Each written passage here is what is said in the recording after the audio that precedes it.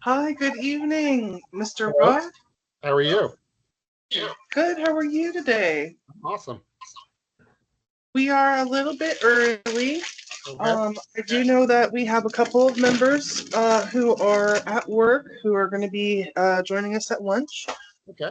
but we'll uh, we'll go ahead and start at noon because we are doing a watch party a little bit later for our members who have to get off at work, if that's all Oh, right. okay. Yeah, no worries. I Wonderful. am multitasking, so you just tell me when we're good to go, and we'll go from there. All right. Let me just uh, get a couple of things ready. How are you doing so far? How was your day? Good. Busy. Yeah, Oh I yeah. took I took a look at your website. It looks really incredible. I love it. Which one? DFW parties or my glow tubes? The DFW parties. Oh, cool. Very cool. You said you have another one too? Yeah, glowtubes.com. Ooh, That's a product that I sell for the DJ community across the country. So ooh, what is it? Could you tell me a little bit about it? yeah, they're LED tubes. I source stuff from China and sell it sometimes. And so I had a product that I was interested in for my own setup. And so it turned out being so popular and it caught on that I turned it into a product that I sell now nationwide. Um, and I had actually had an influencer pick up and making a video about it. And it's turned into it's actually a pretty good size business. And now in DJs across the country, it's a name brand now. That's happened in the last 12 months. Pretty wild. Wow, Yeah. that just happened recently. Yeah. It's taken off. It's pretty nice.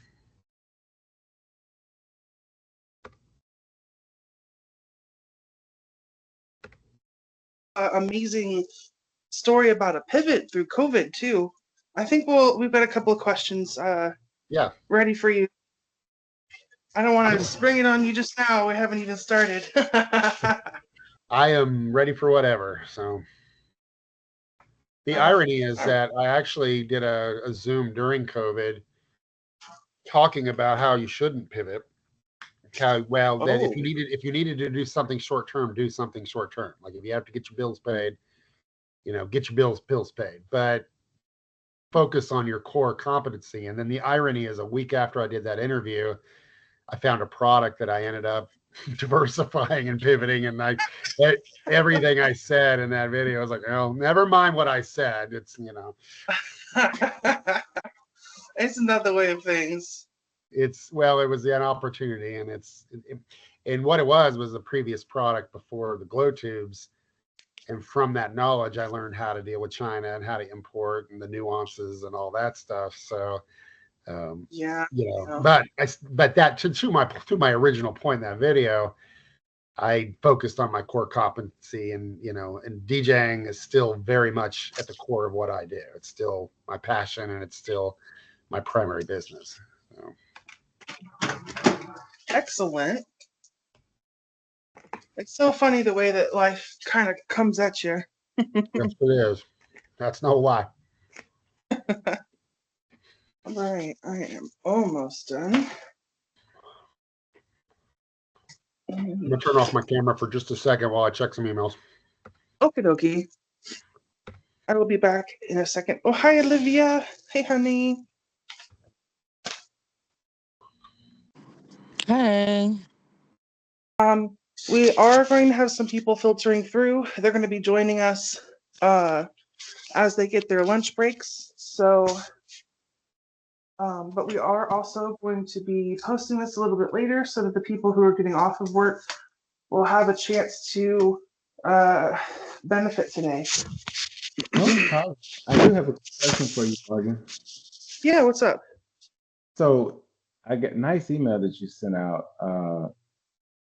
yesterday. Did you do that through our new system, or did you do that through?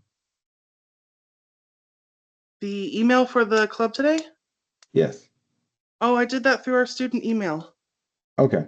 Okay. Cool.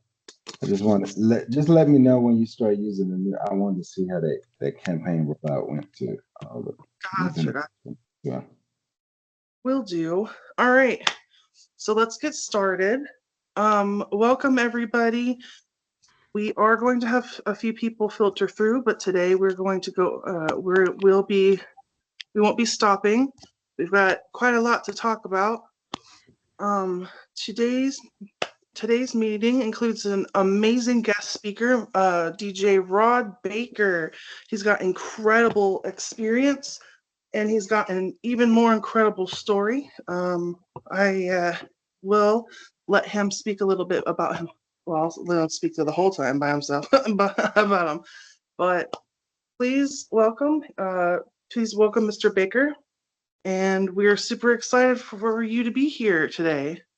Well, it's great to be here with you guys. I guess some other people are coming in a little later. That's cool.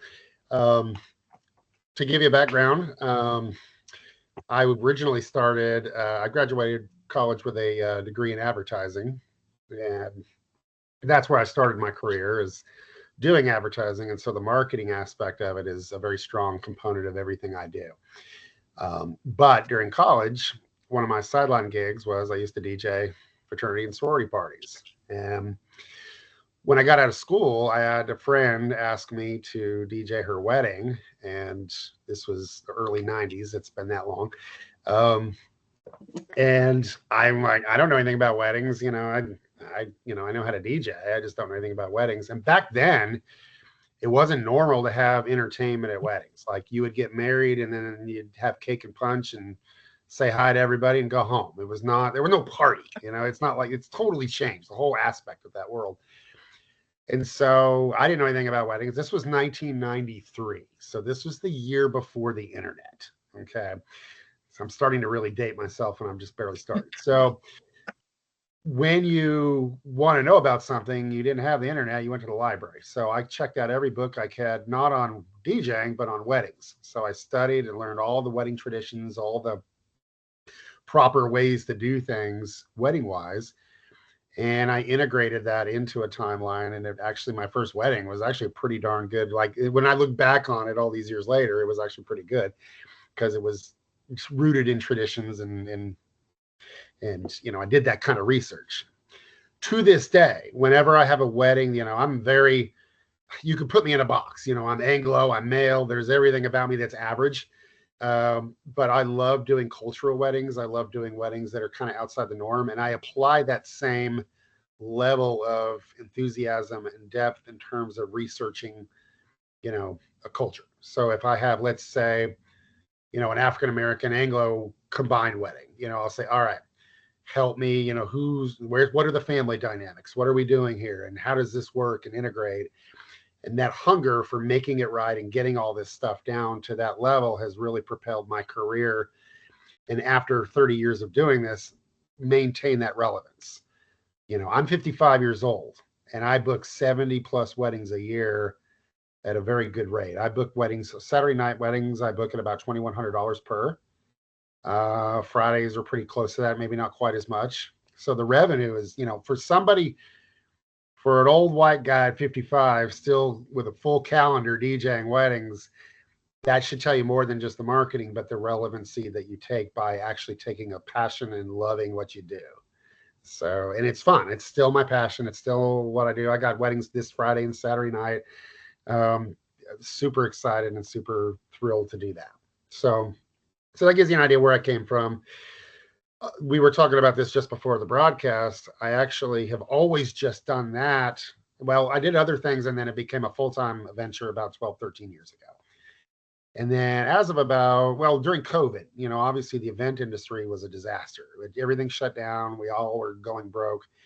I decided to start a little sideline hustle.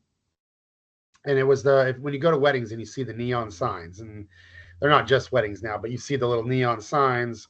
I learned how to import those from China and was integrating them in the very few weddings that I was doing. I was using that kind of as an upsell. And that business took off. And I eventually sold that business to another vendor, but now I had the knowledge of how to import stuff from China. And so now I have another product. It's called Glowtubes. They're LED tubes. They're very popular in DJ setups. And that brand in the last 12 months has built to a nationwide brand that DJs all across the country now know the Glowtubes name. And because of my DJ experience And my dedication to that industry has really helped the reputation of selling that to other DJs across the country. So that's sort of the top, bird's eye view approach of everything I do. Where do you want me to take this more specifically? What can I address that has relevancy for you guys? What can I talk about? Well, well, I did hear that you have some newspaper reporting. How did you go from newspaper reporting to DJing and marketing? What was that Sure. It transition wasn't like? reporting. It was I was in the advertising department for a newspaper chain. That was my first job out of college. Mm, And so I worked very closely with the editorial staff. So, you know, print media is kind of, I don't want to say dead, but pretty close to it. Um, but I miss those days. I miss that kind of media. I could go on and on about how media now is very different than media was, not even 15 years ago. Um, there's the checking of the editors and the making sure everything's right and make sure everything's impartial. Um, I don't care which side of the political spectrum you're on, there's an audience. Now it's to sell advertising, which sounds funny because I used to sell advertising, but back then it was more about making sure the message was good. And then we sell the advertising because people could trust the media source. And now I think it's more of a pandering to a specific type of audience. But yeah. that experience, because I sold advertising, I had an advertising agency that needed somebody with print experience, picked me up, and I actually switched to the ad agency side. And so I actually bought media for a while, did some pretty cool things there. I worked for an ad agency. It was called Gray, and we did the account. We had the Dairy Queen account. And back in the early 2000s, Mark Cuban had just taken over the Dallas Mavericks. He was new in this world, okay? And he got on a radio show after a game. Now bear in mind, I think he'd only in the Mavericks 1 or 2 years at this point, and he was kind of the bad boy of the NBA. And he said, I wouldn't call the officiating bad, but I wouldn't hire one of these guys to run a Dairy Queen. Well, I'm the ad guy for Dairy Queen. So my superior, my clients, Dairy Queen, they're like, we're going to sue him. We're mad. And I'm like, no. You don't understand. This guy's flamboyant. He's he's a billionaire, and everybody, in the Dallas market loves this guy. I said, we can absolutely capitalize on this. Now you can go back and Google all this and watch YouTube videos about this. It's kind of my claim to fame in the ad agency world. Mm-hmm. But I got the CEO of Dairy Queen to get on ESPN radio with Mark Cuban. And Mark Cuban I said, here's how this is going to go down. Mark's going to talk about, he's going to do his research on us. He's going to try to compliment us. He's going to backtrack. He's not going to backtrack off his, comments about the officiating, but he's going to be nice to us. I said, that's when we get him. That's when you challenge his ego and you tell him, let's get him to run a store for a day. And so we did the radio show, and right on cue, we're sitting here on the radio listening to the interview, and right on cue, he's like, man, we love your Dealy bars. Like, he did his research right down to the product. We always loved Dairy Queen. We're sorry. We didn't mean to disrespect you. We just thought the officiating was bad. Sure enough, our CEO goes, okay, well, if you think you're so, if you're being truly apologetic, we want you to run one of our stores for a day. And there was like this pause. He's like, all right, I'll do it. And so we got like $4 million worth of media coverage. It was on 60 Minutes. It was on the Today Show. It was on every media outlet that you could claim. It was a remarkable experience. And I got to hang out with Mark Cuban for, 2-3 days while we prepared for all this stuff, because we knew it was going to be a media onslaught. And I'll tell you, I have a 4-year degree. I am proud of that. I worked hard for it, but I learned more in those 72 hours elbow to elbow with a billionaire than I did anything I learned in college, So it was real world knowledge of a guy that's done it. And it was fascinating and fun and all that. So I guess the takeaway is I probably need to sit down and write a book about everything one of these days. I have a whole life of these kind of stories. But that is, ironically, our agency had been fired by Dairy Queen before that happened. And when an agency gets fired, it takes about 6 months to transition to the new agency. And so I had already kind of retired in my mind. I was going to move on. I was going to go be a DJ. And they offered me, they said, because of how all this went down, they said, you're one of the few people that we're going to, let go to the new agency. And I'm like, nah, I'm not going. So I had an intern and she was very, very good. But pretty new. She'd only been with the agency about 6 months. And I lied and I said it was her idea. The whole thing was her idea. I just executed her idea. She got the job at the new agency and she's still in the ad business to this day. So I shouldn't say that because if it ever got back, it's like, but she's done a great job. Like she was there elbow to elbow with me making all this work. So I already knew I was out. I already knew I was on the, to doing what my passion was to do this. But yeah, that's like, and one of the things I told her in that is like, I hate to tell you this. I said, you're barely into your career, but you're doing the coolest thing you're ever going to do. I said, so don't spend the rest of your career trying to top this, because being nationwide with Mark Cuban is probably as good as it's going to get. You're not going to top this. So that was a whole fun experience. So anyway, yeah, that's how the newspaper stuff related. It all kind of, everything I do now from an entrepreneur standpoint stems from something I learned at one other point in my career. I've done a lot of different things. But the bottom line is, my degree is in advertising, but I have a liberal arts education. So I learned all kinds of different things. And it's weird and crazy how all that to this day still comes into play. A conversation will come out of a little tidbit of a little course that I took my junior year. It's like it goes on and on. Like you never stop learning. Yeah, that broad education is really beneficial. It sounds like you have quite a lot of experience in a broad range of things as well. Mm-hmm. Did you? Yeah. You had said something about having a story about pivoting. Was this? Oh yeah. Yeah. So the neon business that I started during COVID, it was the signs, and all that. That was just a way to make money. I actually got on what I broadcast very similar to this, and during COVID, and I espoused my views of why you shouldn't pivot. Like focus on what you're good at.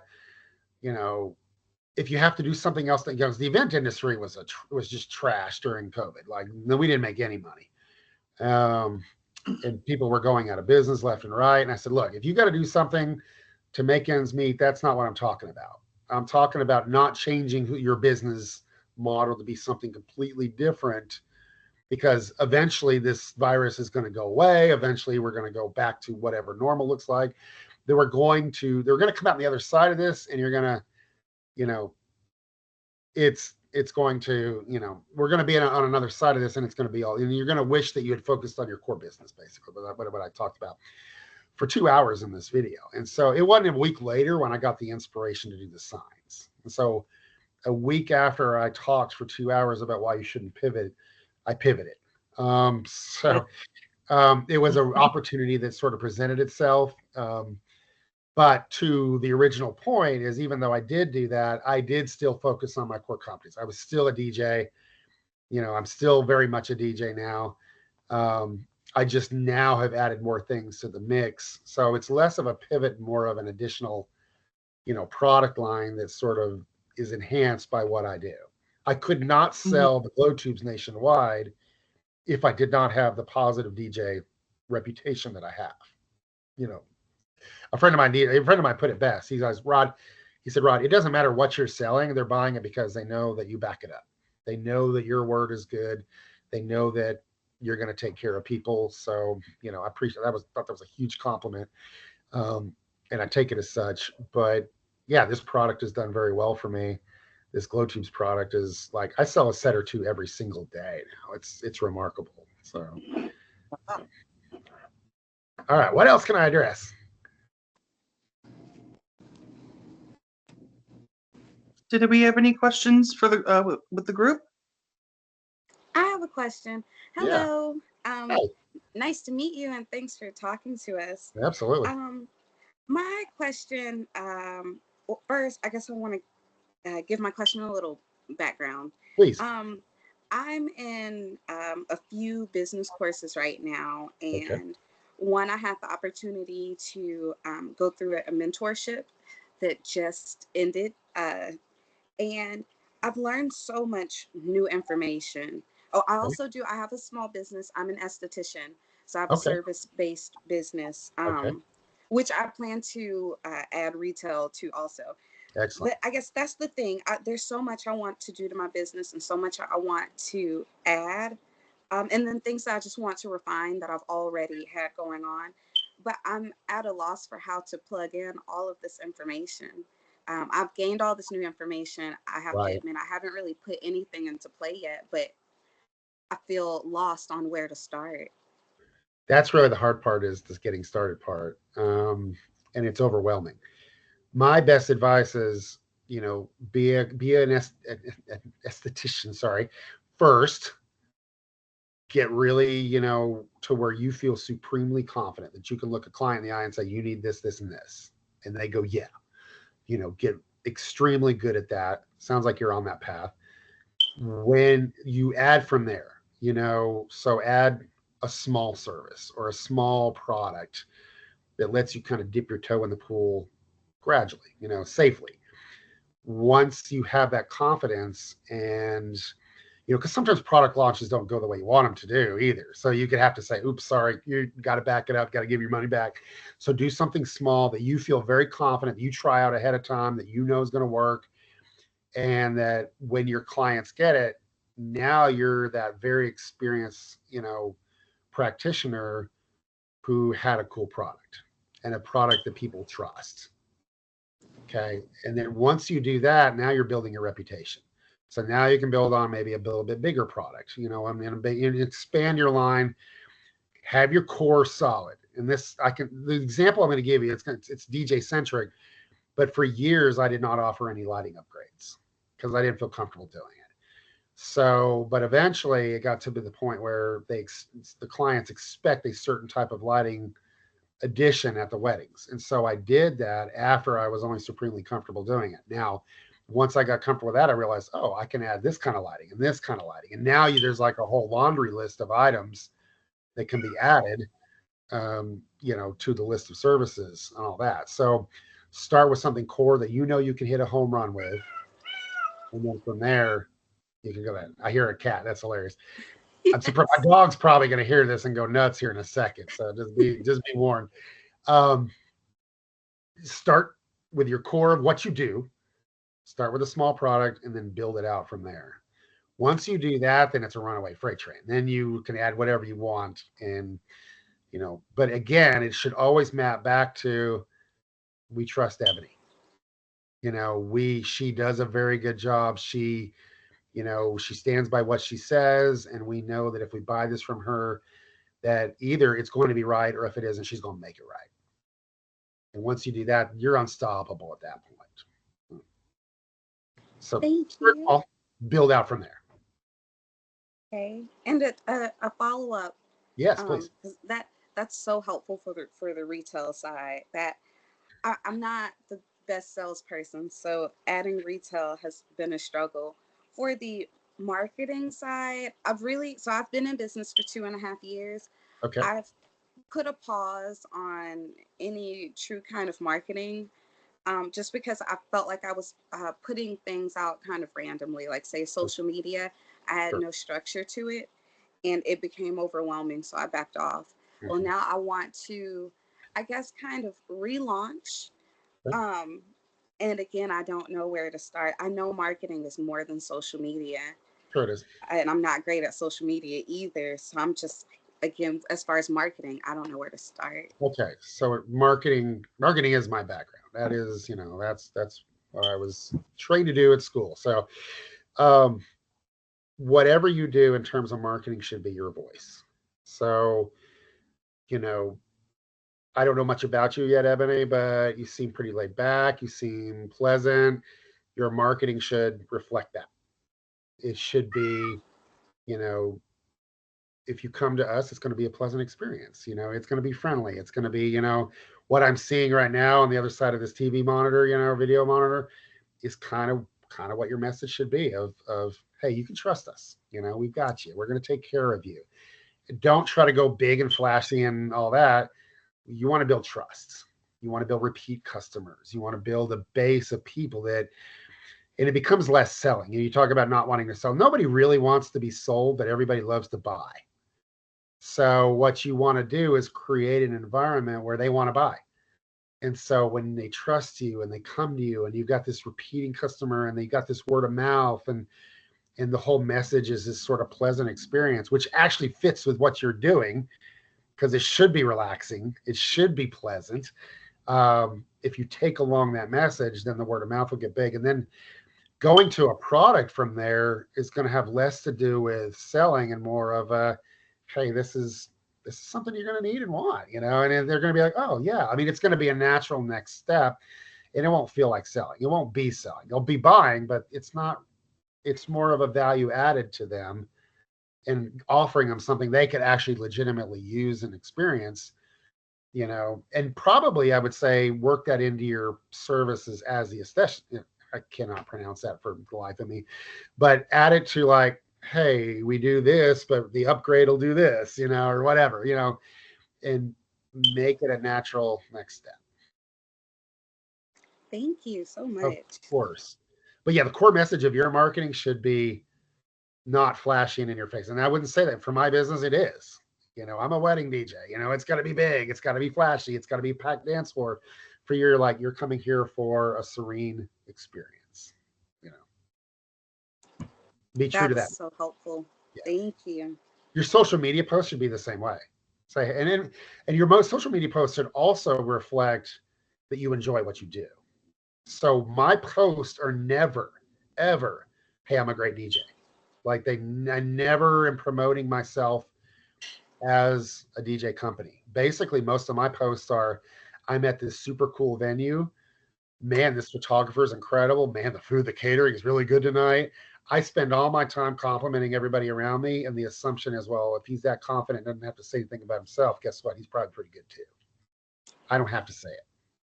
So maybe you say, hey, we believe in this product that we use for our clients. If you use a specific type of product for your clients, basically being complimentary of everybody except yourself.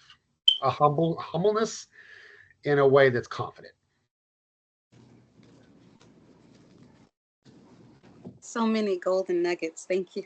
I appreciate that. Very much. All right. I know somebody, I see other people are watching. Who else has got some stuff for me? I do have a question. You did talk a little bit about your social media marketing as well. Yeah. Most of our members are brand new business owners or aspiring business owners. And one of the biggest things that people get tripped up on is the marketing aspect. I know you touched a little bit about, branding your personality and making sure that you actually put forth these kinds of things. But what are some of the common mistakes, maybe some mistakes that you've made that we could avoid? Yeah, that's good. This isn't going to sound, I'm not in a school environment, so I'm just going to say things the way I say them. I believe social media is like when you get drunk. It makes you more of what you already were.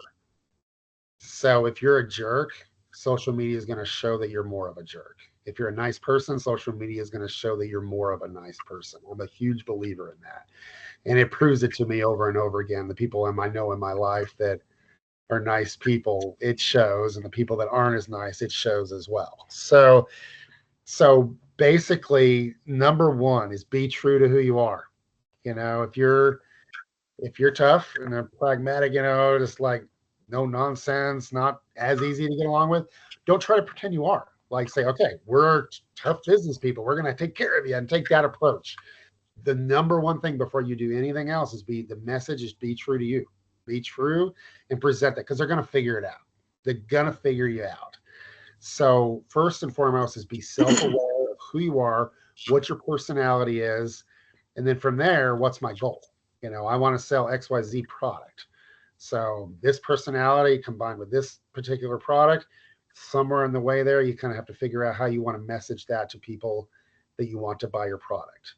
The number one thing is to try to figure out who your exact customer is. And that may not always be obvious.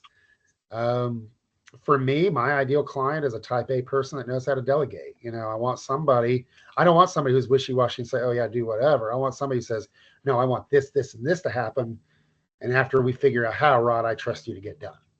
So self-awareness of who you are, the product that you want to sell, and then put yourself, try to really dig in on who that customer is and what they look like and what they sound like and how they act, and how you're going to sell to that particular type of client. And again, that's your personality meshed with the business, meshed with the end client. So you get all that kind of soup put together, you figure out your marketing message from there. Excellent. Yes. The answers are not going to be probably textbook kind of what you expect the answers, but I'll give you the practical, from what I've seen through my eyes, kind of answers, if that helps. That's why I invited you, Rod. Thank you Very for coming. Hi, Hey, Joanna. hi. How are you? Oh, excellent. How are you? I'm been hearing a lot of goody stuff. I do have a question. I think this is a little bit more concerning question. Is what do you advise for a person who I'm being the beauty industry about 5 years, but I went solo. I was with my twin sister, but I went solo as about 3 years. Okay. But I feel like I'm stuck. Okay. And What is your background? You said in the industry it's 5 years. beauty. I'm a permanent makeup artist. Okay, cool.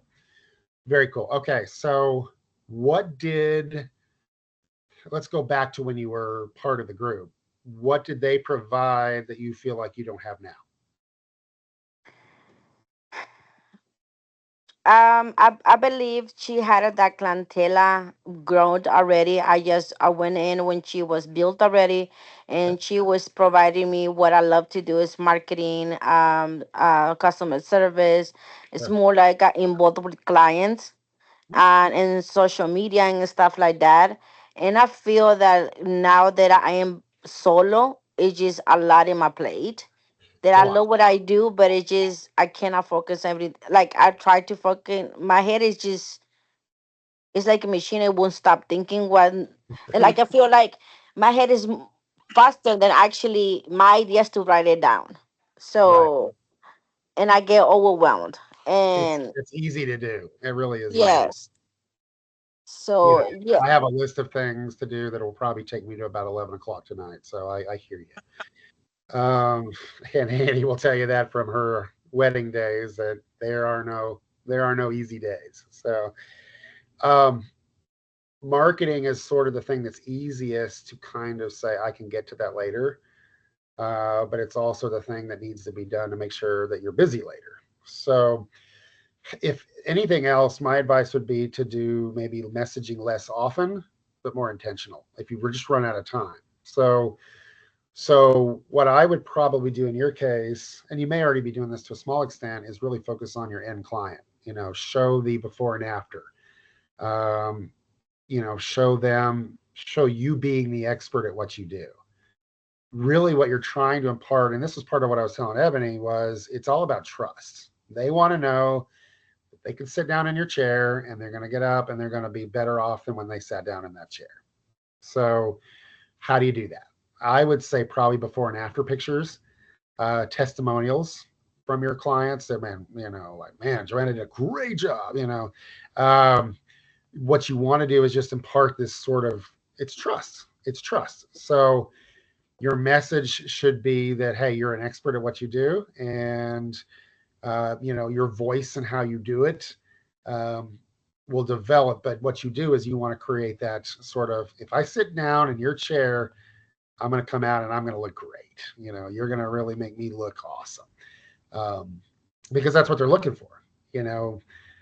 The market is looking for improvement. Like the focus on appearance is more now than ever before. There's more Ozempic and injections and face stuff, and all these things are at an all-time high. And so reach the positive side of that. Say, hey, we're here to make you look good.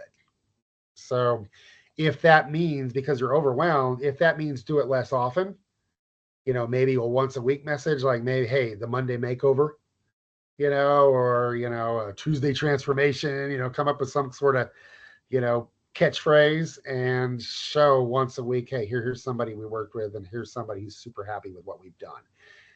Don't try, if you try to do it every day, you won't do it at all. So, and that's what happens with me is I get so busy. It's like, okay, I'm going to do one media with social media posts this week. And they'll tell you, you should be doing 3 a day. You should be doing whatever. Just do what you can do consistently. And if you can build from there, great. But do what you can do consistently. It's better to be in once every Tuesday than 3 times on Monday, 4 times on Tuesday, and not hear from you for 3 weeks. That's not going to work. So my advice to you is back up, do what you can, be intentional about it. And even if that means doing it less often. Thank you. One more question. Yes. I think I do have a lot, but I guess I'll let people talk too. um, Going back to that question, I am feel like I do have my, let's say, my VIP clients that like constantly come back and do treatment even for new clients. I feel like what is that? I just feel like I don't get that motivation of doing social media like I used to. Why Right. is that? It's fatigue. You're tired, and that happens as an entrepreneur. Uh, you know, Being an entrepreneur is lonely, and sometimes, you know, and it's funny hearing that from a DJ who is in one of the most social jobs you could possibly think of. But being a business owner and the other 6 days of the week when I'm not DJing is extremely lonely because, you know, people don't understand it from our perspective because they're going to 9 to 5 jobs and they're doing the same thing, and they don't have there's not this expectation that you have to promote yourself when you're at a traditional job. So I would say more than anything, it's fatigue. And that's why I say you have to do it. But if that means doing it less often, maybe you'd be less fatigued.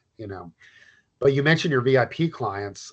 Here's what I would do is I would probably take a pen and paper and sketch out what are my VIP client, what are my favorite VIP clients like? What am I doing for them? What are they telling me? What are they doing? Because I would think you want more VIP clients. And so Ye- let's profile that type of client, and your message should be something that when they see it, they'd be like, heck yeah, because then other people like them with the same situation and the same desires and the same want for results that you're providing for them. They will see that, okay, I want what she's doing for them. So maybe even ask your VIP client, you could say, hey, VIP client, I love working with you. What is it about me that you love working with me? And they'll start telling you in certain adjectives and certain things, and what they tell you may not be what you expect. And those are the keywords that you would use from a marketing perspective that you would use to capture clients, because you want more of what you love. You don't want just more clients, you want more clients that you love. So you So, have some yes, you have some VIP clients. Let's get some more of those. yeah. So my other question. So I feel like I feel like my clients are like my I don't just think that they're my client. They are like my important people that they pay my bills, Yes. but I want them to make them happy.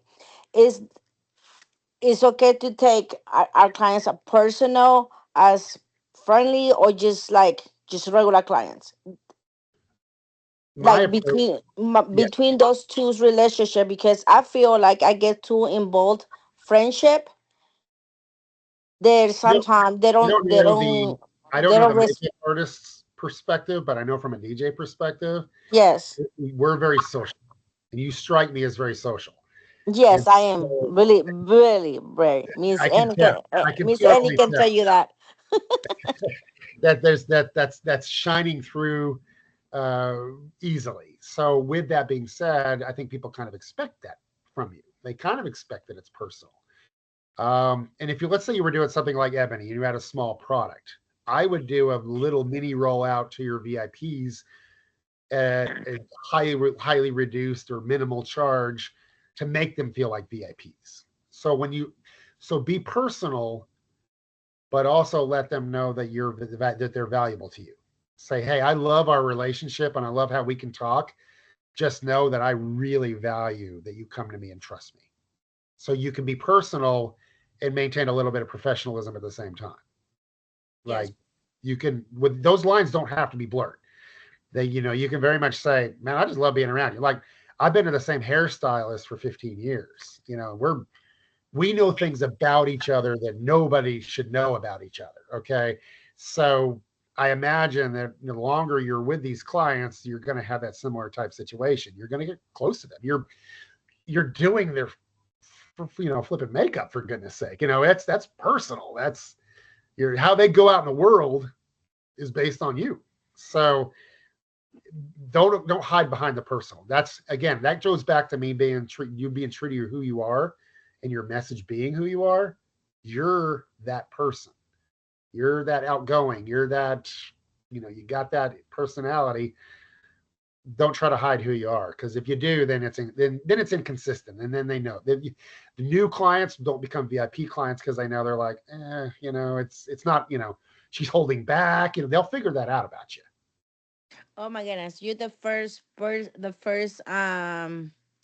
person who actually have talked to about business relationships, how to trick clients and future potential clients, and you're the first one telling me to not stop who I am because I love what I do and Right. I love to show what I love to do.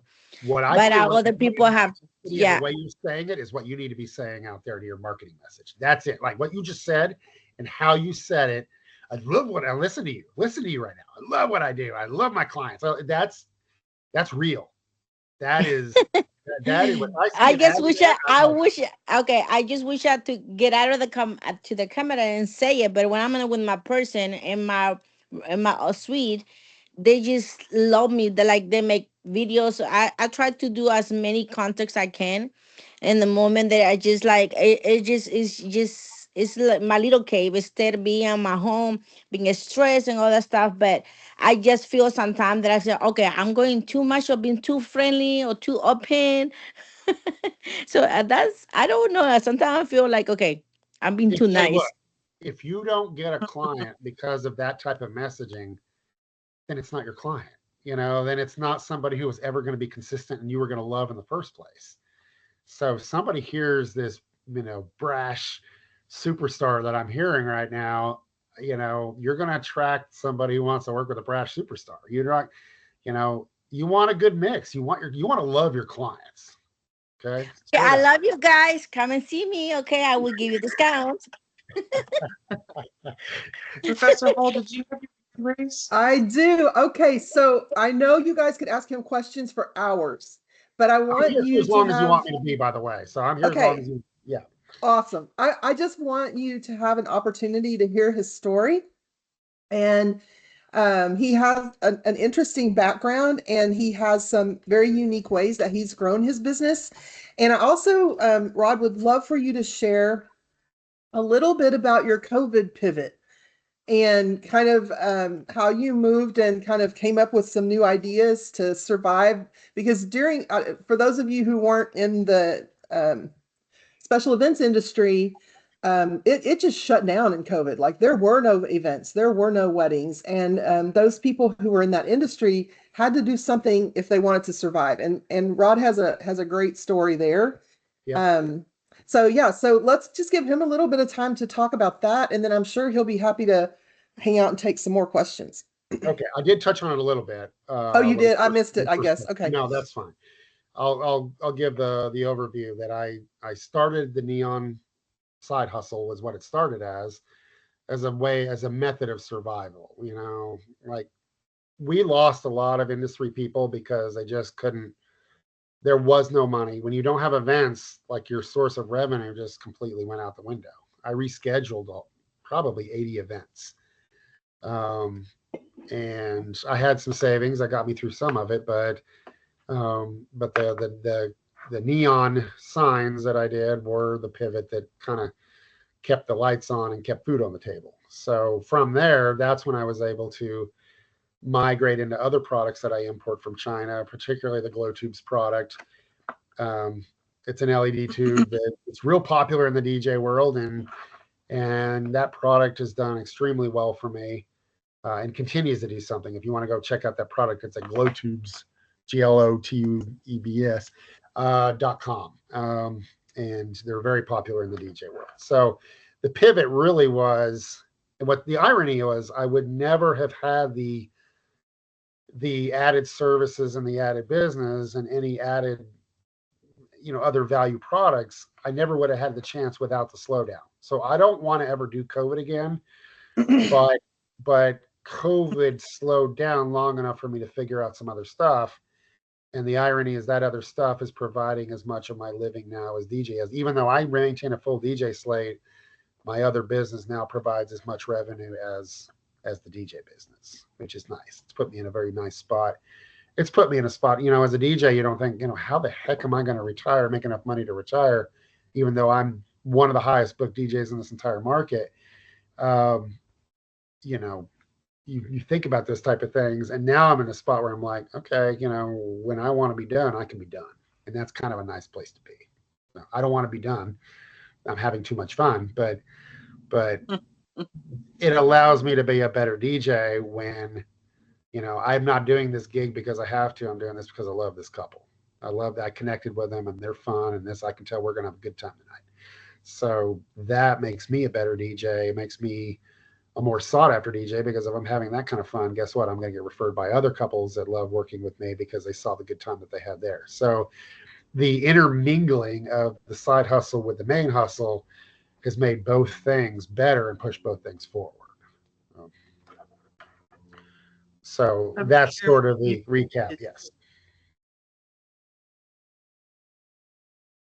What'd you say, Annie? I'm sorry. Oh, I thought Ebony had said something, but she was muted. Oh, okay. Does anyone have any more questions? I've got a ton of questions to keep us going, but I want to make sure that everyone has the opportunity to ask. I love the specific situations. Ebony and Alba have asked very pointed, specific questions about their business. And even though I know nothing about either one of their industries, it's fun to find little tidbits that might help them. So if anybody else has something, I'm here for it. So don't be afraid to step up and ask questions if you got them. I have more. I don't want to hog the question time. But when you were speaking with Johanna and you mentioned to tell the truth in your marketing, yeah. It made me think. So I mentioned before, I would like to rebrand because I've been very stagnant as far as any kind of marketing. And so when I come back out, I want to come back out in a way where I could stay consistent. And so even with my mentor, she told me I could be using my mentorship or even my entrepreneur courses, my business courses. Yes, you can. Yes. And so I had the idea, maybe I can start, because again, I struggle with how to start, where to start. I figured maybe I could come out with that. And so you gave me an idea when you said tell the truth in your marketing, right. But I'm also afraid of being too truthful, but maybe coming out in a way where I let people know, hey, I guess that's where I get stuck. I have an idea. I don't know how to execute. Let's hear the idea. Well, I guess just to, in a way, is it wrong to start out saying, hey, I struggle with this, but this is my effort? Yes and no. So I've had a long philosophy of it's okay to be vulnerable. It's not okay to look weak. So, and there's a fine line between the two. Rather than saying I struggle with this, just say I have been trying to find the right way to tell you guys this, because what that implies is, hey, I got something good to tell you. I'm just not sure the best way to say it. Once you mention the word struggle or anything, that puts in a whole, hey, I'm fighting to kind of keep this business going. That's not what you're doing. At least that's not the image. So basically saying, hey, I've got some cool stuff to talk to you about, and I've been working with a mentor and I've been taking this course, and they're helping me tell you guys the best way, because I'm good at what I do, and I'm not always good at telling you how I do it. That's okay in the message. What you don't want to do is look like you're battling something or struggling with something, because that's different. That's not vulnerable. That's weak. So vulnerable is, I don't have all the answers, but I'm really good at what I do, and you probably should be using this product or use this service. And people love to help other people. So it's like, hey guys, help me tell this message. Help me. It's okay to ask for people. How do I best help people what I do? What advice do you have to say? Almost act like your audience is your mentor. Say, guys, I've got this great thing, and we've got some really good momentum going, and we got some good things starting with the client base I've got. How would you recommend I tell more people? You're going to get some stupid answers, but you're going to get a lot of answers. And what that does is that you're not really looking for the advice. You're just looking for the dogpiling of enthusiasm of people. Now all of a sudden are like, oh, Ebony's got this cool thing. Let's help her tell that message. Now you've created a sort of cheering squad of people. Because what I did was, when I first went into the DJ business, and I'm not getting in this whole story, but I was struggling big time when I went full time. And people knew I was struggling, but I was always a positive spin on it. And they knew that my message was on the building and the enthusiasm, the cool things I was doing with my DJ stuff. If I got on a new vendor list, I talked about it. If I got this wedding planner that suddenly wanted to book with me, I talked about it. And so what happened was and I think at one point I may have did the advice that I gave you. Hey, I've got this great service. How do I promote it? Because I have people here 15 years later that are still kind of cheering me on and remember the tough days, and the tough days of that message. Like, I'm an underdog made good, but I haven't been able to tell that. I haven't been the underdog in 12 years. But people love helping somebody good and that's trying succeed. So what I would say is, don't say I'm struggling to figure this out. Just say, hey, look, I've got a great product and I have some good things going on. Guys, help me out. What's the best way to get this message out to everybody? That's a marketing strategy. That is a built-in marketing strategy. Now, you may refine it to sound a little bit more like you, but you suddenly now have a group of cheerleaders that are like, all right, let's help Ebony do this. Help make her make this happen, And then 10 years from now, when you've made it happen and you've almost forgotten how you made it happen, these people are still your cheerleaders 10 years later. They're still sending you people.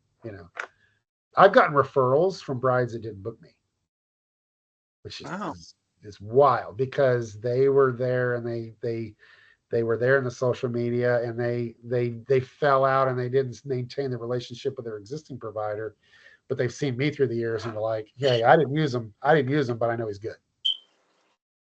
So yeah. So yes, use your vulnerability. Don't expose your weakness. Thank you. Yeah. Yeah. I do know that a bunch of our members also have a lot of ideas, a lot of things that they want to do, and they do get overwhelmed about picking one thing. Right. As someone who has multiple businesses and is an entrepreneur who's looking for more stuff, how do you choose the one?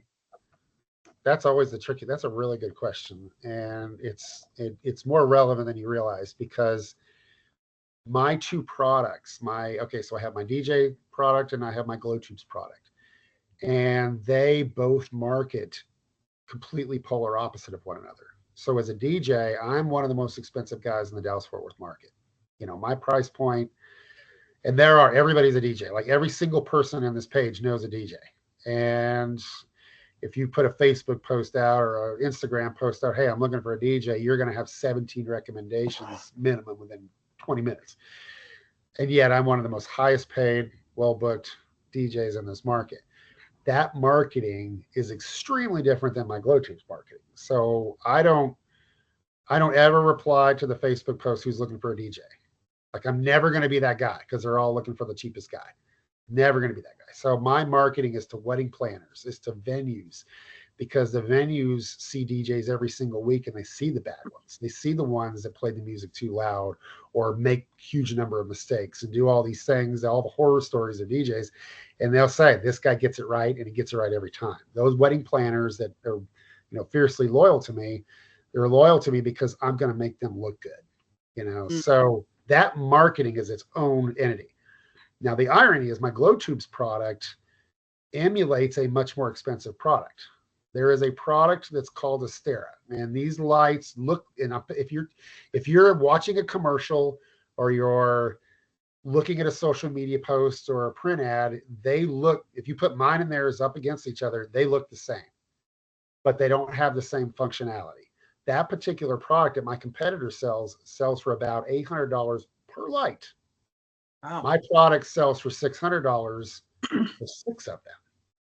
So I'm not marketing to the high-end person that I am in my DJ business. I'm marketing to the guy that says, or the gal or the whatever DJ that says, I want that look, but I don't want to pay that price. That is, I don't do that with a DJ. Like that's a recipe for disaster for my DJ business. But for my Glowtubes business is like, hey, so it's a weird dichotomy that I spend half my day marketing to the most expensive high-end client I can, and the other guy saying, hey, I'm providing a cheap alternative to the more expensive product. Those are two different marketing aspects. So basically I do the same thing. To answer your original question, is you find the one primal thing in each one. For DJing, I'm going to nail it. I'm going to get every part of this right. I'm going to bury myself into your family history and your story, and I'm going to make sure that everything that you guys are made up of shows up in this wedding, and we're going to create it a once-in-a-lifetime experience. Over here, I can do the same that expensive guy can do, but I can make it look just as good, and it's cheap. Like that's, those two don't mesh at all. And it's funny because a lot of my high-end DJ colleagues don't use my product. They'll use the more expensive product. There's a lot of irony in the whole thing.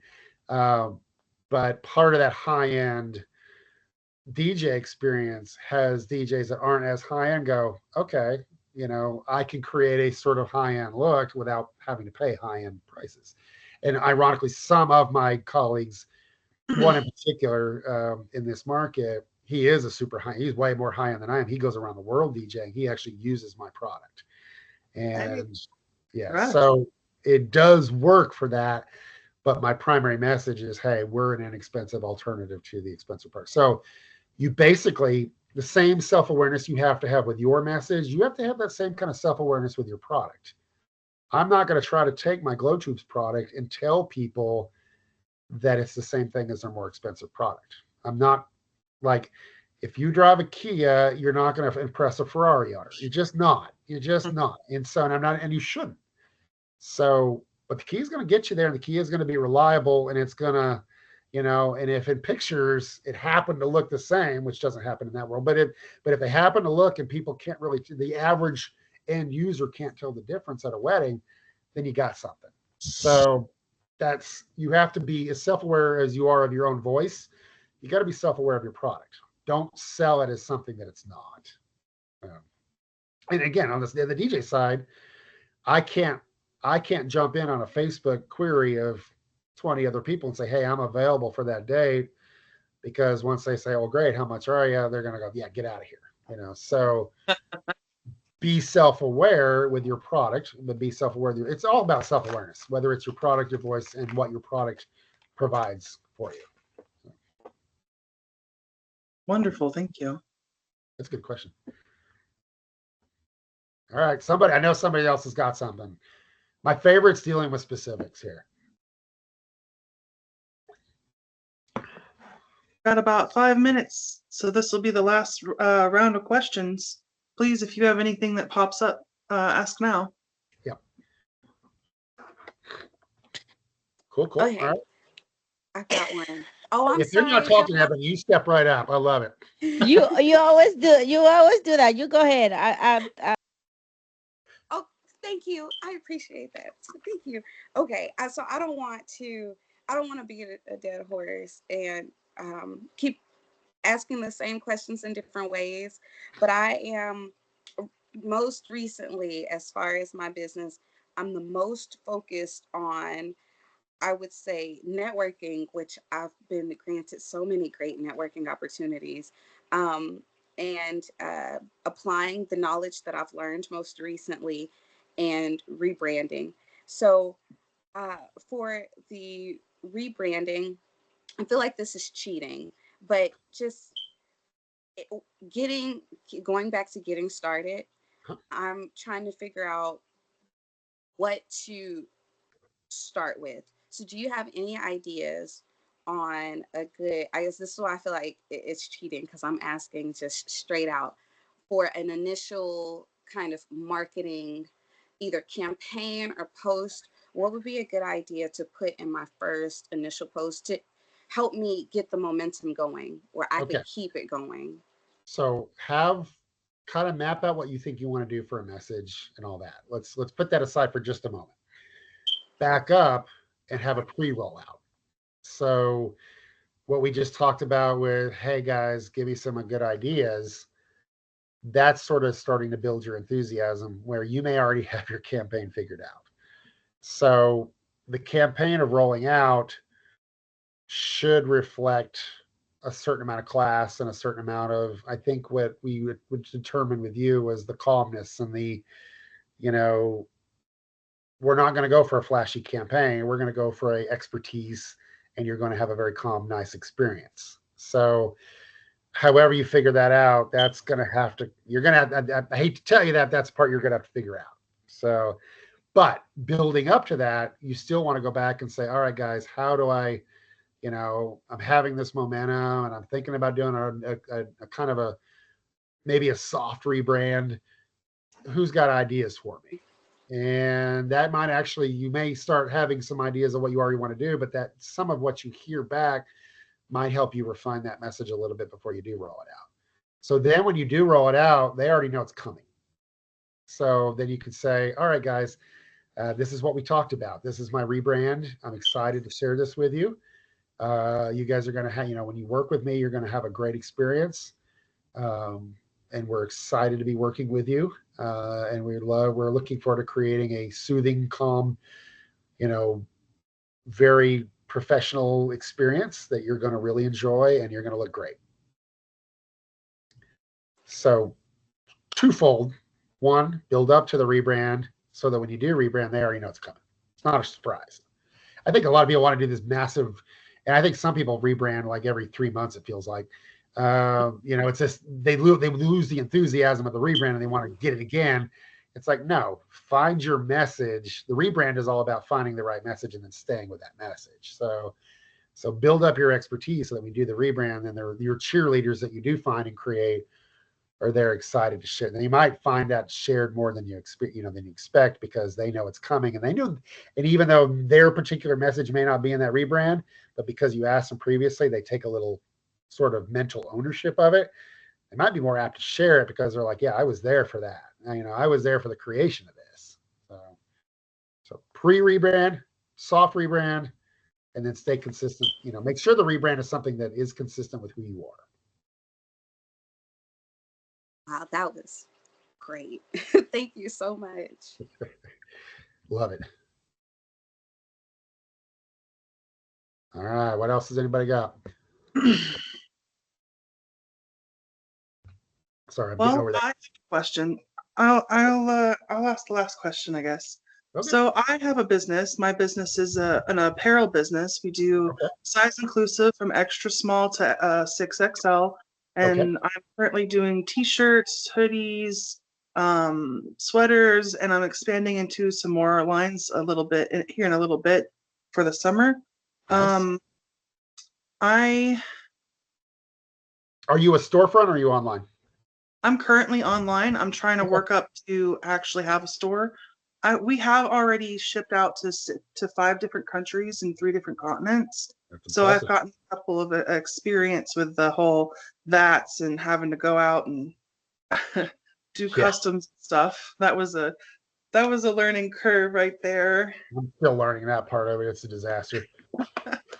One of my problems is how do you, I guess I'm having issues differentiating myself in a saturated market.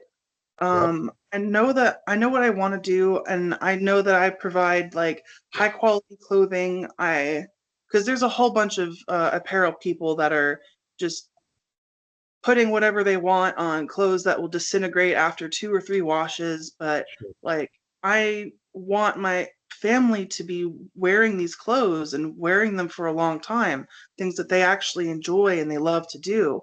But I'm finding that, I am struggling to differentiate myself, um, to try and get other customers. It's kind of really slow for me. Gotcha. So here's what I'm hearing right now. There were two very different messages. Or one, the longevity and the high quality of the product. That's great. But I'm also hearing about the very different sizes that you provide. Some people, only focus on, you know, skinny models or plus size models or whatever. So there's a couple of different dimensions of what you're doing here, and you've got two layers of challenges. Um, one being who do you service, and then you've got the whole quality story. Mm-hmm. So the you've got to think of a way to integrate both of those things into your marketing campaign. I'm spitballing because that's what I used to do in my agency days.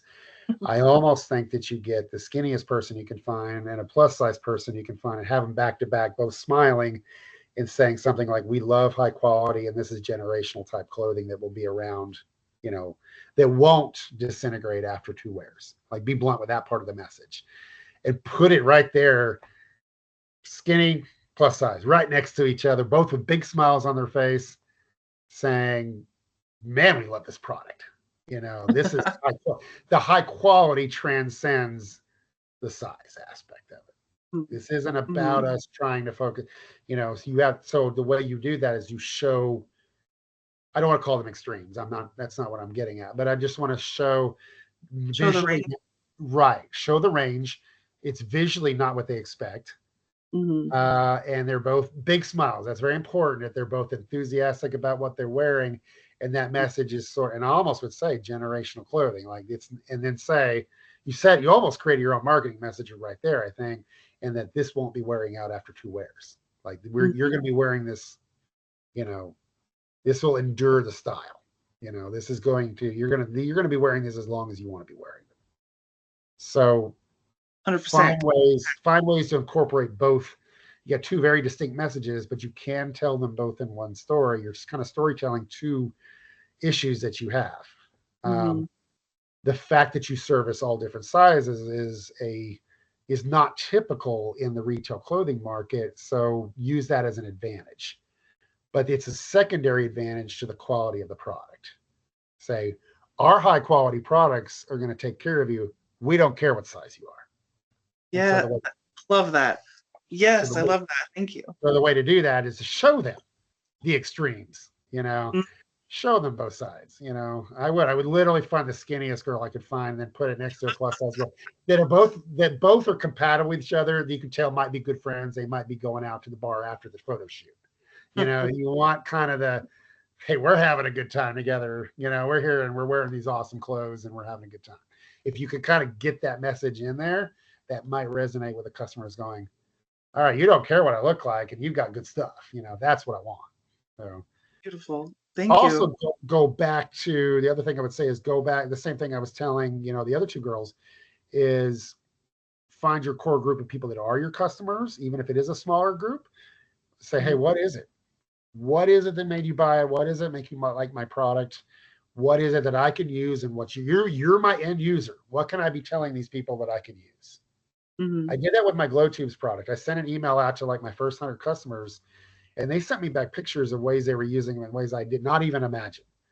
And they were talking about certain aspects of it that I did not even consider, that I sort of took for granted.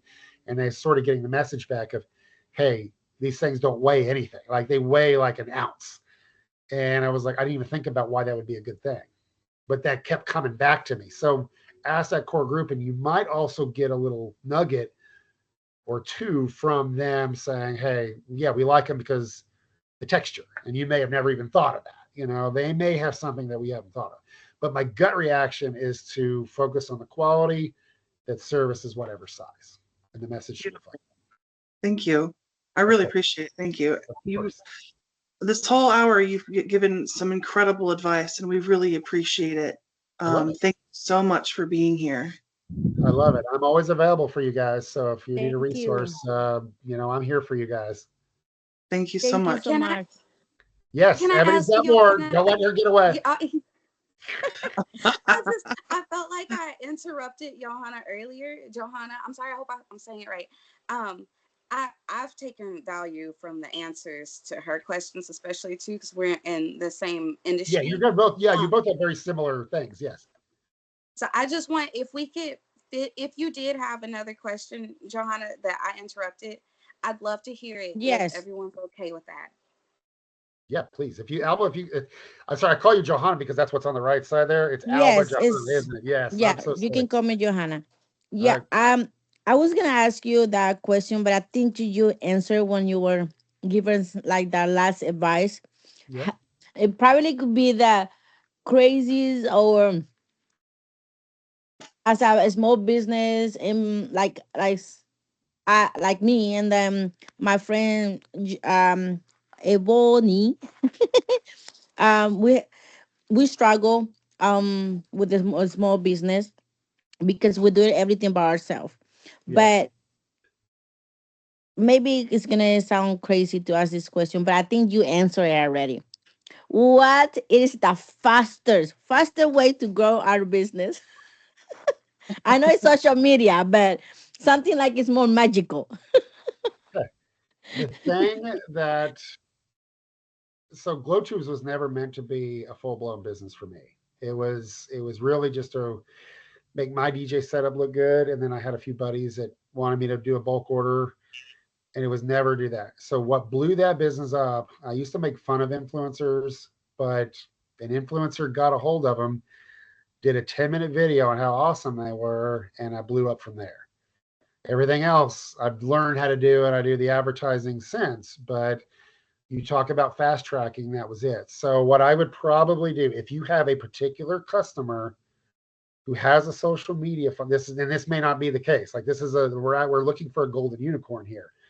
But if you have a customer who you would consider a VIP customer who has a good audience, say, is there anything we can do to, you highlight a video or something talking about what I do? I don't know. I don't. That's a tough thing to ask because for me it happened organically. The guy just bought them and he loved them and he made the video. So, and that was the fastest thing. The other fastest thing after that would be running like Instagram ads or Facebook ads or not just social media, but some paid stuff. And that's a whole other world, but it does work. I mean, it does. Like I spend about $150 a day now on Instagram ads for Glowtubes, and it's worth it. It's I never dreamt in a million years that I would be dropping, $4,500 a month on advertising. Um, but it grew from that aspect. So if you can find what I call the golden unicorn, somebody who loves your product, is willing to talk about it, and has a good audience, again, that's a tough ask. But if you got somebody that fits all three of those things, maybe they help you. Maybe you just say, hey, what can you do to help me? And just say, I'm trying to grow this thing as fast as I can. Do you have any advice? Don't ask them to make the video because that's probably never going to work. But say, do you have any advice? And they might come to that. I don't know. That's not as easy an answer as some of the other ones.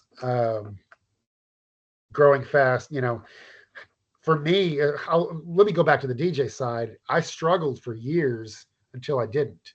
And it's very difficult for me to pinpoint the day where I went from struggling, starving artist to being on top of the world. Like it just happened and I was so busy I never noticed. So that's probably how it happens for you, is that you're struggling until you're not. And then you go, wow, wait a minute, I'm not struggling anymore. Like it's going to be it just sort of happened and you didn't realize when and where you went from one to the other. So I don't know, try to find that golden unicorn and see if there's a way they can help you. But otherwise, really, there may not be a shortcut. May be fundamentally just got to get in there and do the work. They will still have more questions. Let's bring it on. Okay, so this is more because you You're amazing. But at Stop. least three Stop. or five key or success factors for business you can give us. Like your best five, like five things that you said. This is how you can do it, and then you're gonna have a successful. Sure. I don't know if I can pinpoint it to five, but I'll give you the things that come to my mind immediately. Yeah. Are focus on your fundamentals. Okay, whatever it is you do, none of everything else. None, the other things don't matter if you're not good at what you do. So good marketing can't sell a bad product. So if you mess up somebody's eyebrows or do their makeup wrong or do a bad job DJing, no amount of marketing is going to fix that. So make sure you're fundamentally best at what you do. Okay. Everything else grows from there. The other thing is what I talked about earlier. Be true to yourself. The message and who you are in your marketing message should be who you are. Don't try to lie and present an image of who you're not, because sooner or later they're going to figure it out. You're going to get an argument with somebody on social media, and all of a sudden you're viral for all the wrong reasons. And oh yeah, see, she's not that nice person, or she's not. Just be true to who you are. And your marketing, also self-awareness. Be true. You should be true to your product and true to your personality, and it should be attracting the type of client that you want. So really all this message is back is truthfulness. Like that's the common denominator. Is a lot of people think that marketing and advertising and sales is a way to trick people, is a way to convince them to buy your product. And no, you're just basically saying, look, I've got this great service and I'm pretty fun to work with. If you are, and if you are those things and you're true to them, then people will be attracted to you for your truth and not because of some manipulative aspect of marketing. That's where a lot of people go wrong with advertising and marketing, is they try to sell you something that's untrue. And that may work once, but it doesn't work consistently. Like if you were a bad practitioner, you might attract them to come to you once, but you're never coming back to you again. So none of your advertising, none of your marketing, none of your promotions, none of your networking, none of that matters until you're the best at what you can do professionally. So get that part down and the rest will fall into place. So, there you go. I guess one more for me again. Bring it. I think I do love how, I think it's just you giving me so like a, a boost of like let's go back to my social media after this. Um but there's do you have channels like YouTube or Instagram or anything to for us to follow you? I Here's the deal. I have 3/4 written a book on marketing, and I haven't finished it, and it's been about 5 years. It's time for me to work on that. You can follow me, my DJ business on Instagram. It's DJ Rod III. I'm a third, so I'm not egotistical. It's DJ Rod III. If you follow me on Instagram, I'll follow you back. From my neon business days, I actually did a lot of neons for lashes and brow places, and a lot of places that do that. I sold a lot of them to them. So I have a lot of makeup artists, and I have a lot of you guys already in my feed. So I would welcome even more. I love it. And you can jump in on, I usually post me at a DJ gig or something like that, but always jump in on a thread and say something. It's fun. Yes. Quick question. Yes. Do you normally be in front of camera just to advise people about what do you think, how you feel, how to involve, to how like me, if I want to watch you, I want to see everything you're doing right here on Yeah. this conversation. I want to be able to see more. There If you is a follow my social media, that's kind of the vibe you're going to get from me. okay, So I don't present myself as, hey, I'm the coolest a DJ. mentor. Yeah, right. I'm not, and also I'm like, hey, I'm not this cool. I'm a nerd. I'm a 55-year-old white guy DJ. There's nothing cool about me. All right. You had to write a book. Yeah, but the fun thing is that I'm doing all these cool parties for 20 somethings, and I'm still the guy. I'm still packing the floors. So the message is the enthusiasm and the fun that I'm having. And that's when you see that in the social media, you'll see the truth in the messaging. When you go add me on Instagram and you kind of scroll through, you're going to see that. You're going to see everything I've been telling you guys, that, oh my God, I'm in this cool place. Oh my God, I'm with this cool person. Or, this happened. It's going to be all from a perspective of not, hey, look at me, or you should be booking me. It's more of a, God, I'm having fun, and don't you want to be part of this? That's kind of you'll see it in that. You'll see a sort of message without me having to say it. And that's what I'm trying to impart on you, is that you shouldn't have to say you're good. You should just show that you're good. The energy. Yes. Yes. I did just post the Instagram link in the good. chat. I did. I got it. Good. I'll go check that here in a little bit. I will My stop. mine is Well, mine thank you is Joe Blush. Very good. Thank you so much. I really appreciate it. We are gonna have to close this today, but I will end up. I know it's been a wonderful. Thank you so much for coming, Rod. This has been amazing. If any other questions come after the fact, or anything that comes up that you want to send me a big email, and somebody, people ask questions later that I can answer that way, I'm sure. If you want me back on at some point, sure. Yes, please. Whatever you want, I'm here for you guys. Yes, please. Okay. Would you prefer us to send you a message through Instagram? Would that be all right? Shoot me an email if you got something to ask. I am not the best DMer on Instagram, so so email is probably the best way to talk to me. Gotcha. Well, thank you so much. We will be posting the entirety of this interview on our social medias. For anyone who came in a little bit late, because it was lunchtime, we will be posting the entire thing up on our YouTube. I will send y'all an email by the end of the workday, hopefully, definitely, hopefully. And if you have any questions for Mr. Rod, please feel free to send him a message, or I can relay that too if you're a little shy. I get that. I totally. That's why I figured maybe one or two people didn't say something, because maybe they were shy. Look, that's part of it too. It's hard. I talked about the loneliness of being an entrepreneur. It's not easy. Like Ebony talked about networking. Networking's hard.